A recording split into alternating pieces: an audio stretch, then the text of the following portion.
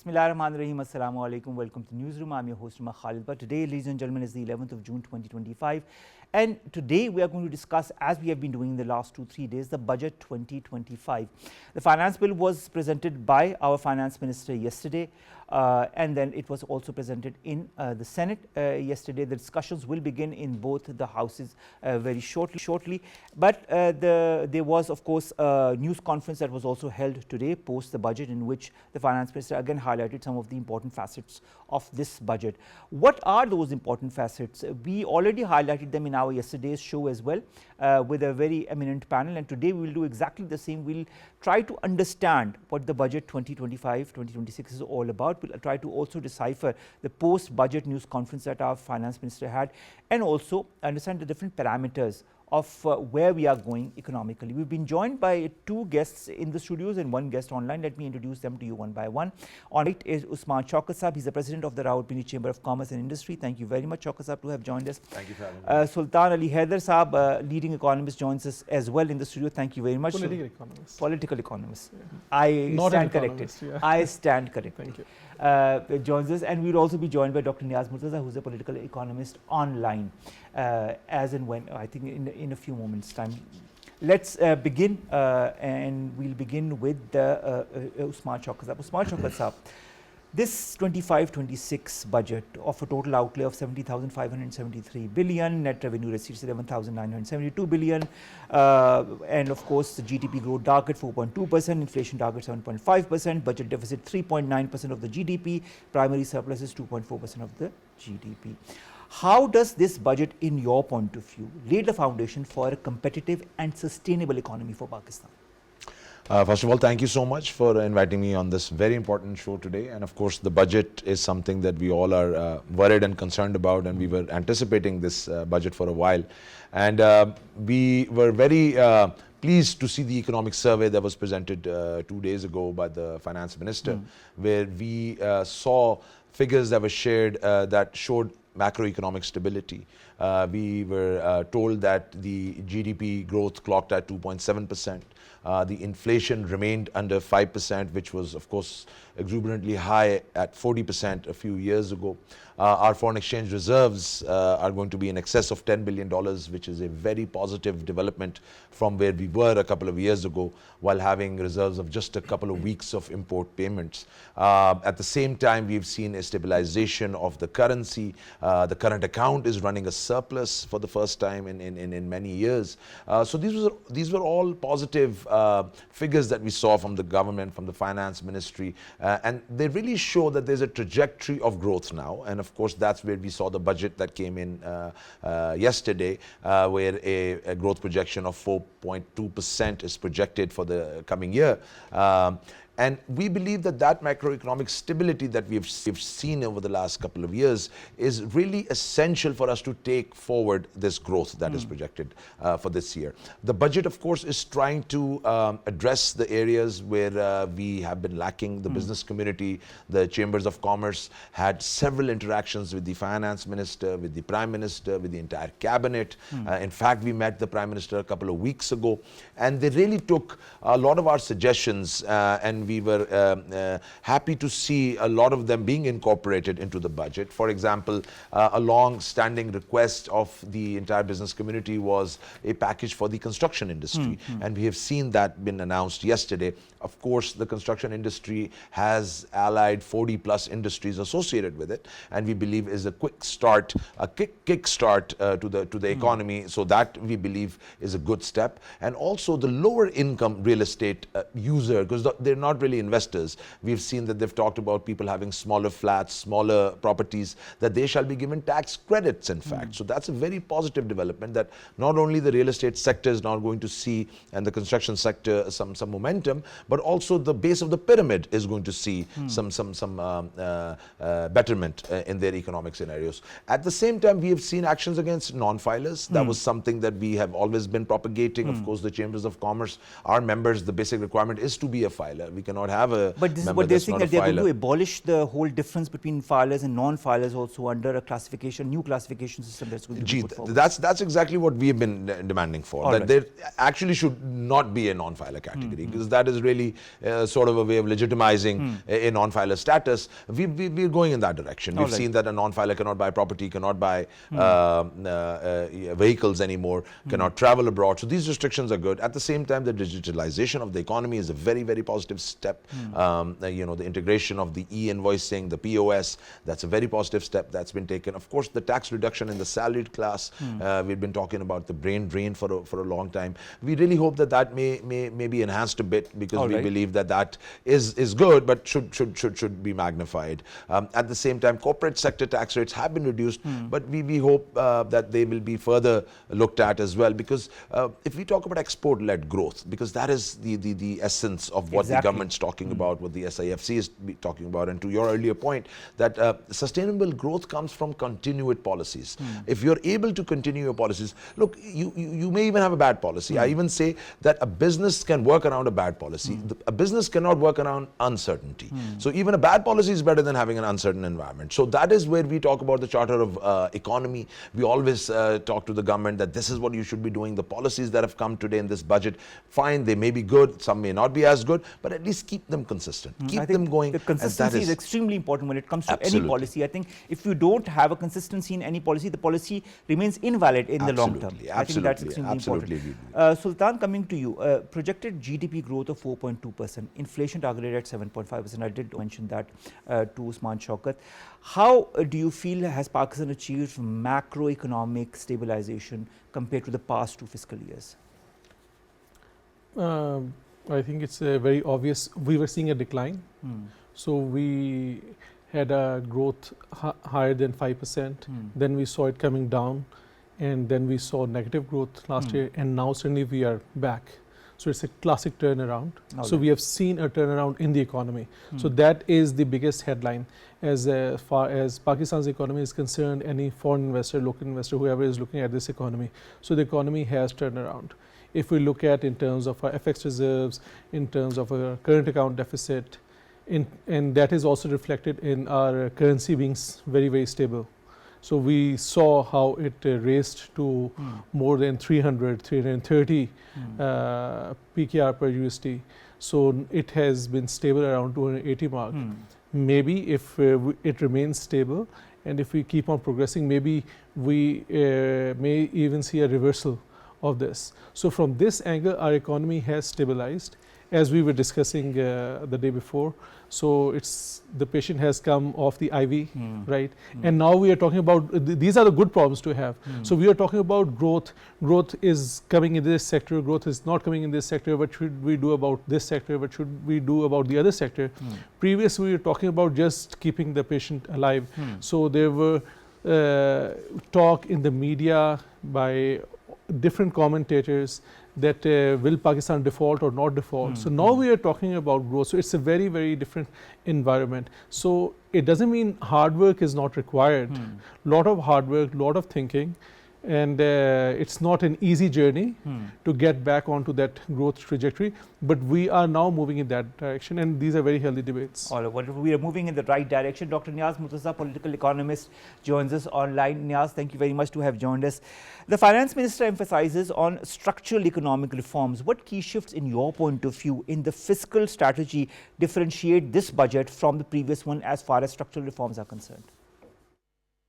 Well, as the two of you were talking about, the stabilization is beyond doubt. If you look at inflation, how much it has fallen, and then the fact that the rupee has been stable for over a year now.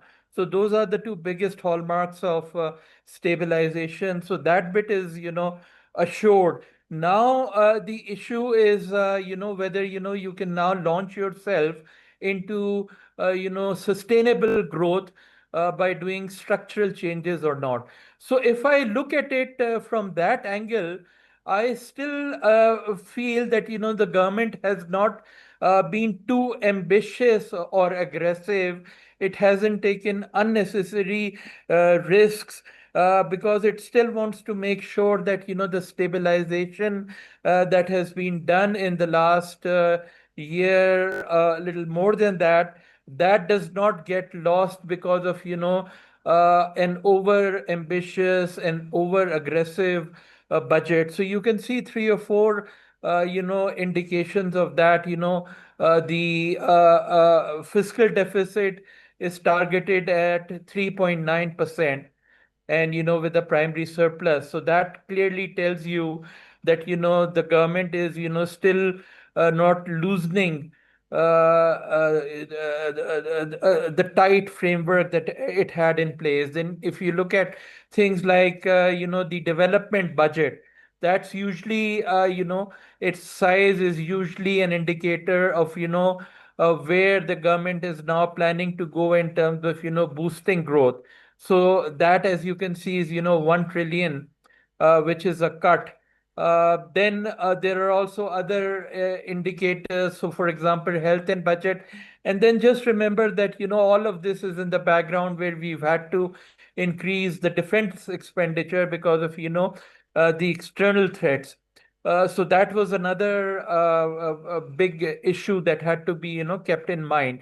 So I would say that it's not a full growth budget still this year, but as the finance minister has mentioned that the coming year could be a change in direction.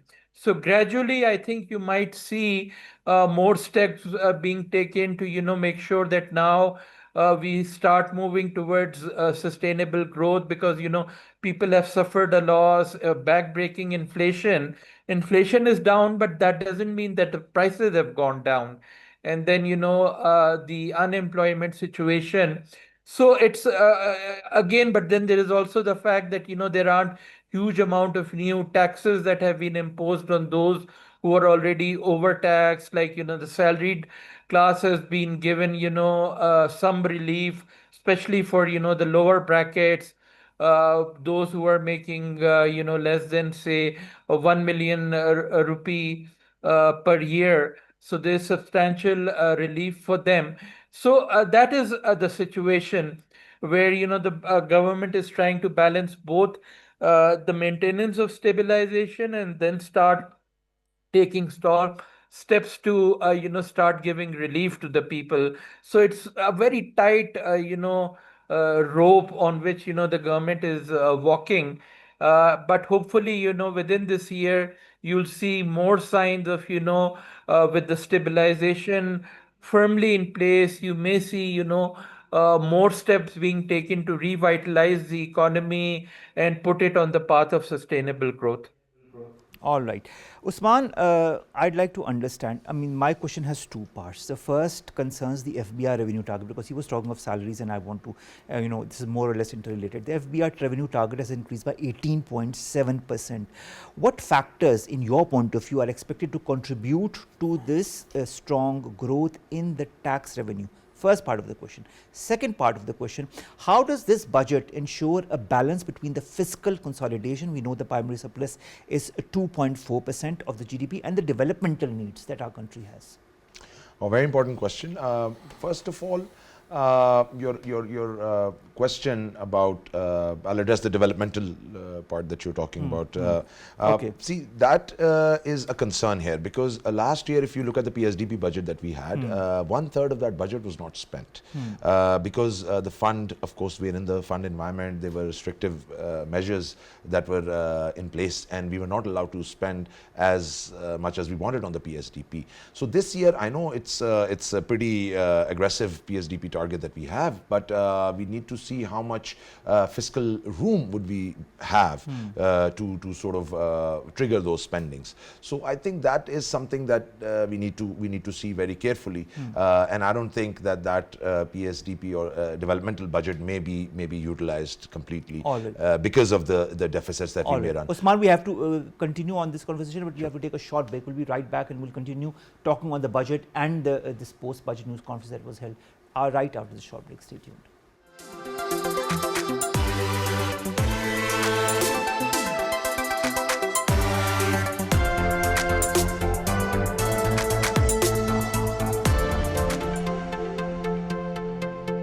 Welcome back, and we're discussing the budget 2025 and the post-budget news conference by the finance minister. We were discussing with the president of the BRCCI and asking him about the balance between the fiscal consolidation and development needs of our country, as well as the FBR revenue and how it is going to contribute to strong growth in tax revenue. Yes, sir. So as we were discussing that, of course, the PSDP and these expenditures would be looked at very closely by the fund. So we have to see where we have the room. That brings me to the first part of your question, which was that how will this tax sort of benchmark that we have set for ourselves for this year be achieved? Of course, 18% higher. We are shooting for 14% of tax to GDP ratio this year, which is very ambitious. 14.3 trillion is the target, the tax collection target. Again, very ambitious. And this is where the concern is that how will this be achieved? Because of course, the salaried class is getting relief of about 60 billion rupees. And of course, the target has gone up. So the concern from the business community is that we may see another wave of inflation because things may get more expensive due to taxation. For example, one thing we've seen is that the auto industry is being slapped with more taxes. The smaller vehicles, we've heard, are going to go up to 18% in GST. They were at 12.5%. At the same time, hybrid vehicles were at 8 or 9%. They're going to go up to 18%. The government says that we don't want any anomalies. We want to, have a level playing field for everybody. But the fact of the matter is that cars are going to get expensive. And that will, of course, lead to more tax revenues. And that is where I think some steps have been taken to enhance the tax revenues. So that's where I think the fiscal part will come from. But then again, inflation, I keep on saying that's what you have to look at. We've seen a projection of 7.5% for the coming year. So we already know that the finance ministry is projecting a higher rate of inflation next year. We're claiming 4.6% this year, and we're already saying 7.5. That's the declared figure. At the end, it always ends up going up, of course, and that is where the government has to keep it checked, because when we talk about the cost of doing business, cost of debt, which is CIBOR, still we believe is very high. 11% plus you take a spread of 2 to 3, you're ending up at 14 to 15. Still very high for businesses to operate. We've been hearing about single digits. We really need it to be at 7 to 8%, including the markup spreads. So if inflation goes up, CIBOR is not coming down. That's going to be a big concern. So again, it's we have to juggle the balls very analytically and very carefully. So we're walking a tightrope, as Niaz Murtaza also pointed out. Sultan, I'd like to understand, a historic allocation of 4,224 billion has been made for the National Development Plan in this budget. How is this, in your point of view, going to uplift the infrastructure and public services across the country? I'm sorry, in terms of the figures, it's the same. PSDP is the same as it was the last year. Yes, more or less, yes. More or less, it has been the same, right? So, okay, so now while we are going for fiscal consolidation, it's a very good balanced approach, right? So in case we wanted to cut down on deficits and everything, so what we would have done would have been to cut down the development budget, right? We have not cut it down. We have not substantially enhanced this. So the focus, in my opinion, appears to be more on improving the quality of spend, number one. And secondly, if the revenue keeps on coming throughout the year, then we will see the federal and provincial governments ensuring this amount is actually spent, because we also see some unspent amount in case there's some budget on pressure on fiscal deficit, right? So I believe it will have to be seen. If we cannot see it at the outset right now, it will be seen how it is spent in terms of quality. But you know, the UDAN, we've got the UDAN program, we've got very important projects under that. Then we've got the National Economic Transformation Plan as well, that are very ambitious plans, to say the least. You know, how will we be looking and observing all of that as the days and the weeks pass by, on how these budgets are allocated and how they move forward as far as the implementation phase is concerned? Yes, yes. So now again the focus is more on work, as we were also discussing offline, right? So it's more of how the plans get executed, right? So the good thing is that we are entering the coming financial year, mashallah, in a very stable environment, right? So I believe we can be more free in terms of spending it and focusing, because previously it used to be we would restrain ourselves from spending and see if the fiscal space does get created, then we will go ahead and do that. There will be pressures because the budget is balanced based on an increase in taxes, right? So it will also depend on the actual performance of FBR. All right. So I personally feel that a good time to reassess would be after first quarter. First fiscal quarter ends, then we will see how things are pacing. Or if things are moving as they have been projected under the budget. And again, I would say if while the budget is the same, actual spend may increase by 30%. 40% if we end up spending the same amount which is budgeted in the coming financial year. So we would see an actual increase in the spending. All right. Only time will tell on how much that spending is and how effective that spending is as well. Niaz, Murtaza, 716 billion rupees have been allocated for the Benazir Income Support Program to expand the social safety net. How important is it for the 10 million families under Kafalat and the 12 million students in the scholarship programs? In addition to that, Danish schools have also been announced, the 11 new such schools and the expansion of the early childhood education. How important is it for education equity as well?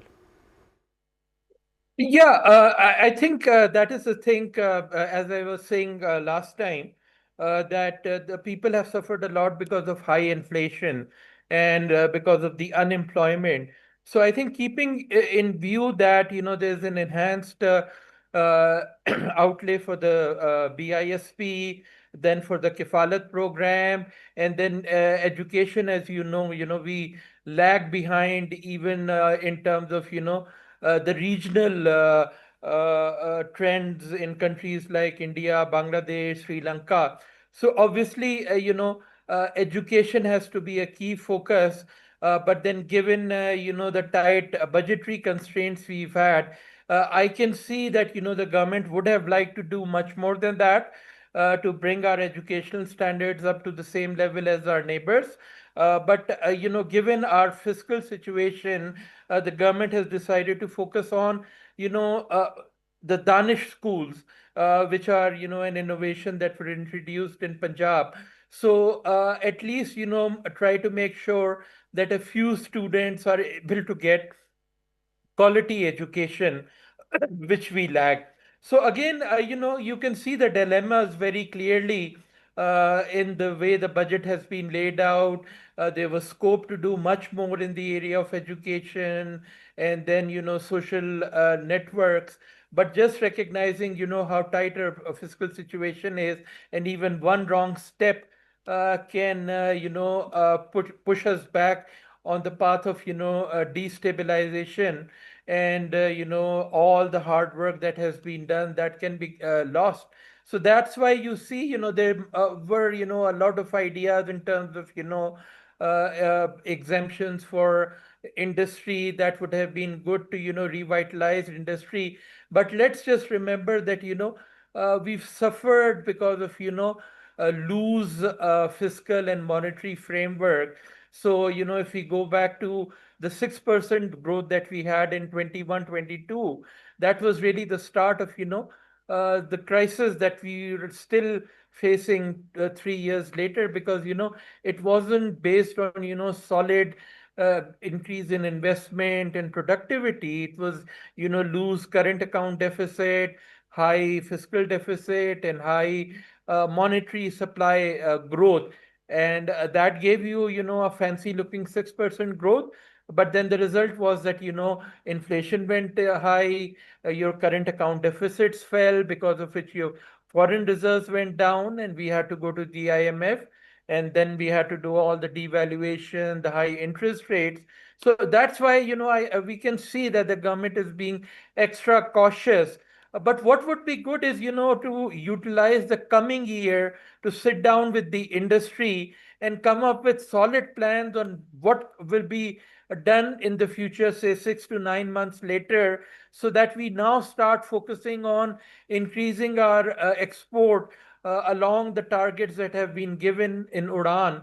And that's really been our big, weakness, the poor export performance that we've had for a long time compared to our, neighbors. That should be the real focus, to sit down with the industry and see how, what new export products can we get into, rather than just, the textile that we have, but new, products that we can identify, which will give you higher returns as well as, sustainable export earnings. So I think that would be a big target that, the government should, embark on this year, so that all the planning is done. So, but by the time you come to the next budget, which will be the third budget of this government, the government can, really start pushing on the pedal and start focusing on sustainable growth at that stage. That's an interesting perspective, and thank you very much for that. Usman, Shaukat, I'd like to, again, my next question has two parts. Reductions in property-related taxes and stamp duties. How, in your point of view, is this budget incentivizing housing and construction in urban and rural Pakistan? That is the first part of my question. My second part is, how is the government supporting corporate growth by rationalizing the super tax and encouraging formalization of businesses? Your take.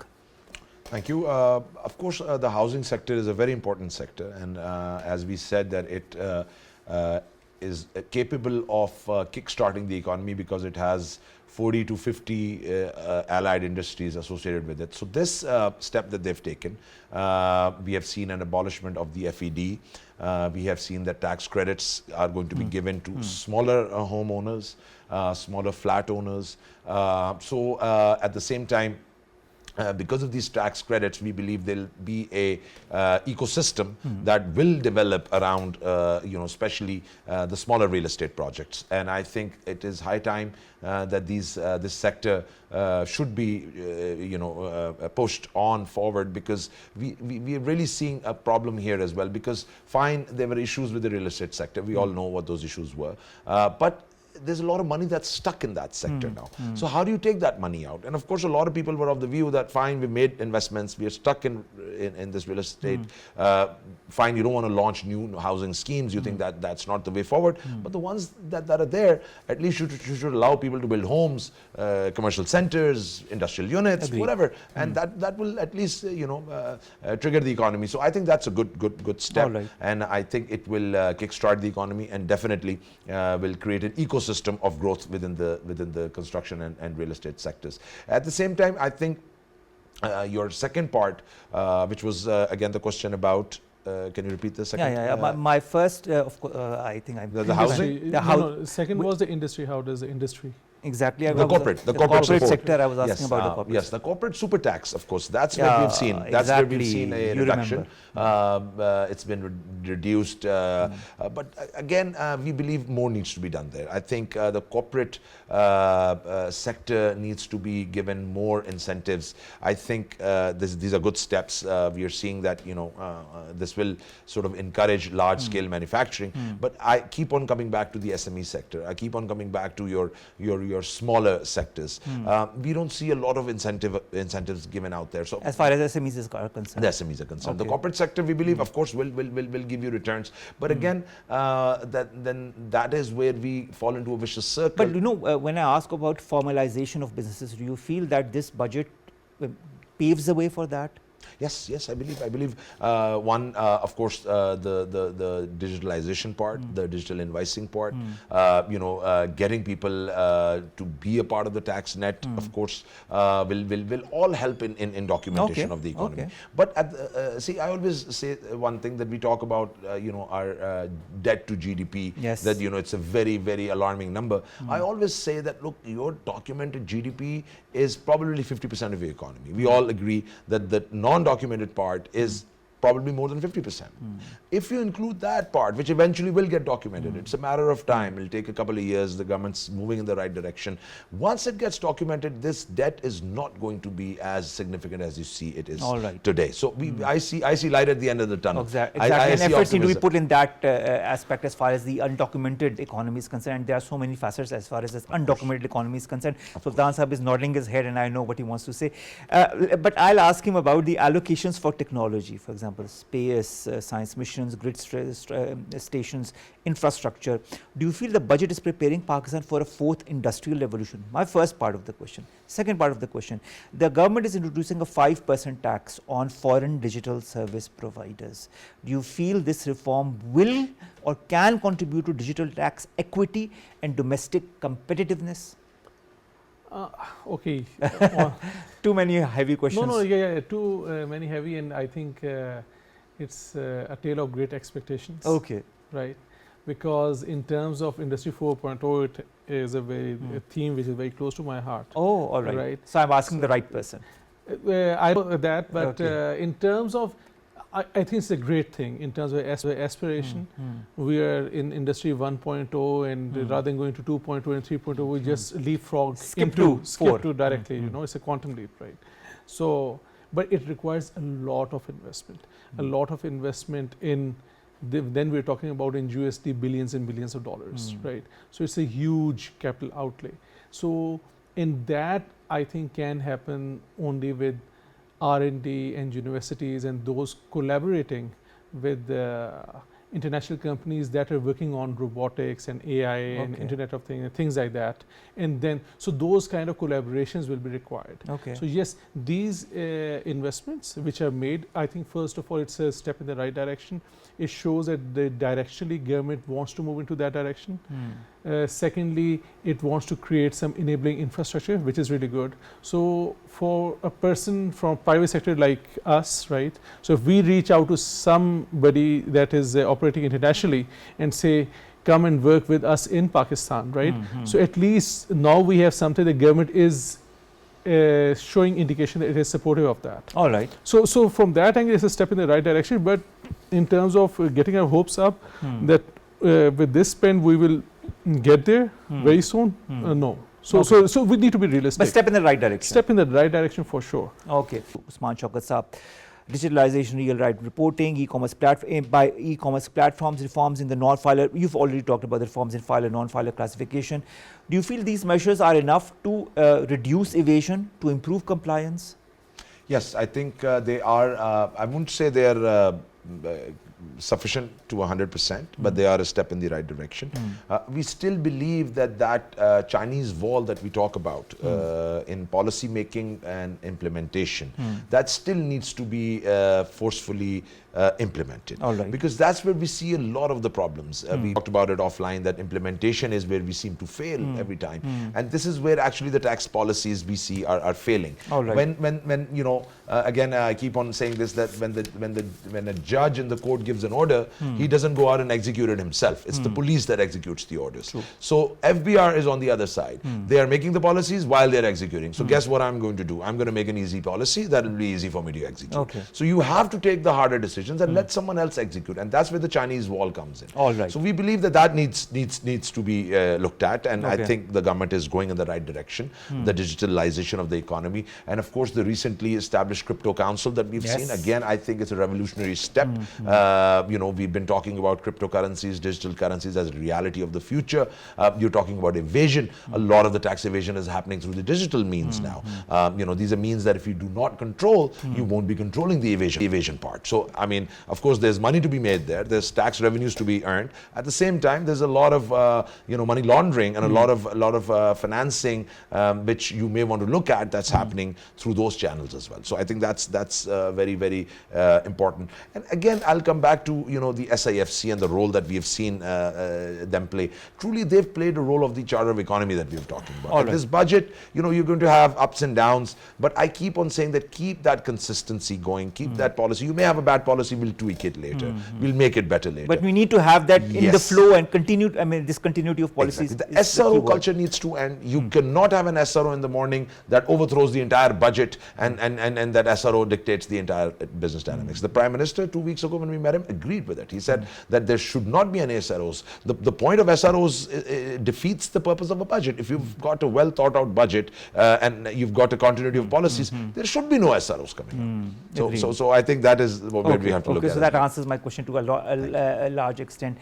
Sultan Ali Haider Saab, the health sector, we haven't talked about it, 14.3 billion for 21 key health sectors, including cancer and hepatitis care. Is this enough to modernize Pakistan's healthcare system, or is it a step in the right direction? Or is it both? I think it's a step in the right direction. Okay. Yeah, because again, we could be spending a lot more, doing a lot more. We can go very aggressive on the sector. We can double the amount, triple the amount. And you see, I mean, otherwise we are spending, just look at Benazir income support program, right? So 750 billion odd we are spending just like that, right? Now, if we spend, it's again, I want to help someone. There are two ways of doing that, right? At times, for example, many people you want to help, you tell them, okay, you tell me I'll take care of your medical bills, right? Another thing is you give them cash. Another thing is you say, okay, I'll take care of your children's education, right? So similarly, I personally believe, I mean, that it's a personal choice. I believe that maybe, and I think that's where all of the political parties also have to come together. Provinces and the federal government, they have to come together and they need to decide, and perhaps they have decided that it's better that there's inefficiency, there's less amount of corruption in that money straight away goes into somebody's pocket. Because if X amount is allocated, there is going to be a pilferage, so may not get spent. But I personally feel, in my opinion, I feel that we should be spending a lot more on our healthcare and education infrastructure. We do have the space. I think the finance minister has done, since he has a banking background, and I can understand that, the way interest rates have come down, we have a huge amount of domestic debt, right? So the interest rate burden on that has come down significantly. Why this budget is a very nice budget and comfortable budget? Because we have now a huge amount of fiscal space available to spend on that. So he's a very smart guy. He's creating that space and he's spending it that way. But this is where because political party is driven by voters and best makes more sense. But I do feel, to answer that question in a short way, that we could be spending more, but of course this is a step in the right direction. Last set of questions from the both of you. I'll begin with you, Usman Shaukat Saab. And I want to understand the tariff reforms and the new tariff structure. I mean, after a lot of delay, this tariff reform process has actually begun. A lot of challenges remain, a lot of opportunities remain. The elimination of additional customs duty on 4,000 of the 7,000 tariff lines in terms of boosting Pakistan's export competitiveness might be or could be a step in the right direction, and so on and so forth. In your point of view, what specific export sectors stand to benefit the most from the tariff structure? Secondly, how can Pakistan's chambers of commerce collaborate with the government to capitalize on this new tariff regime and push for higher exports? Great question. I think, first of all, of course, this additional duty, custom duty reductions that we're going to see over the next 4 years, they are going to gradually come down, and there will be 4 brackets that we've heard. There'll be a maximum bracket of 15% that will be there, which is very, very positive. We believe that should kickstart, a lot of the export, because a lot of our export is import-led. A lot of our growth is import-led. Hence, we need to be careful here. Again, I keep on using the word double-edged sword, because you don't want to be a trading hub once again. You want to ensure that this is given to the raw materials. We are talking about value addition. That's where we believe the value is going to come from. Unfortunately, our exports still are quite not having the value addition where it should be, be it textile, be it your conventional or the non-conventional sector. So now we're talking about value-added exports. Hence, we would be importing a lot of components, a lot of raw materials. So we need to make sure that this duty drawbacks, these concessions are, subject to the raw materials, and they are not given on the finished goods. Because unfortunately, again, where we talk about implementation, if they're given on the finished goods, then we will again start seeing a trading sort of based mindset where you keep on having that. So I think you need to tread a very fine line here, and you need to see how this policy pans out, make sure that it's implemented in the correct manner. How can the chambers, you said, effectively work with the government? Who better to ask? Yes, and move forward. Again, I think that this year, one thing that happened which was very positive, and even the fund, the IMF stated this explicitly, which was that the private sector needs to be engaged when the budgets and the recommendations are made. And this year we saw the finance minister visit the chambers of commerce. He started that in February. The prime minister engaged with us many times. The cabinet engaged with us many times. I believe this needs to carry on. You need to have the policy maker and the stakeholders on board. Again, I say you may have a bad policy today. We'll tweak it. We'll make it better. But keep the dialogue open. Keep the discussions going, and things will get better. Okay. Very short answer. My producer is saying we're short of time. But Sultan, I have to ask you this question. Tax to GDP ratio is expected to rise to 10.9% next year. What role are you foreseeing for the private sector in widening this tax space, and what safeguards are needed to avoid overburdening compliant businesses? You see, private sector is a very broad term, right? Yeah. So, for example, we can expect them to convince the retailers to come up and register and start paying more rather than resisting, right? So that is one big thing that we can push to. So that those are the things that broadens the base, eases the burden on everyone, and improves our tax to GDP ratio. A very short answer. But one thing before we go, I would want to Please take go 30 ahead. seconds to make a couple of comments. In this budget, but hasn't really come out, he has touched upon this.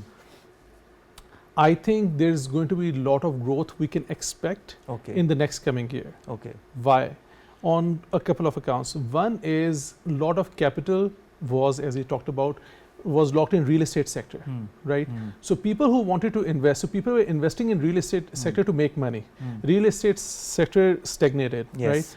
But people couldn't even get their money out. And why that was not happening was because the withholding tax regime was very punitive. So you do that, and buyers, nobody was willing to spend that much because many people, it's undocumented economy and things like that, right? So this is going to unlock the money. So this is going to push the economy in the right direction. The money will get channelized into other sectors, so it is going to push for growth. Plus, there were certain sectors which didn't show growth in the last year, right? Now that are expected to show growth this year. This year they'll catch up, so certainly we'll get a boost from them. And this also. All right, so that we'll discuss later in our as well. But thank you so very much. First of all, Usman, Shaukat, president of the BRCCI, to have come all the way to the studios. Sultan Ali, Haider, somebody I'm going to rely on in the next couple of shows as well as you, sir, to come by, and Dr. Niaz, Murtaza, to have joined us online as well. This brings us to the end of today's show. We'll see you inshallah tomorrow with new stories segments that pertain to West and Pakistan. Stay safe. Allah Hafiz.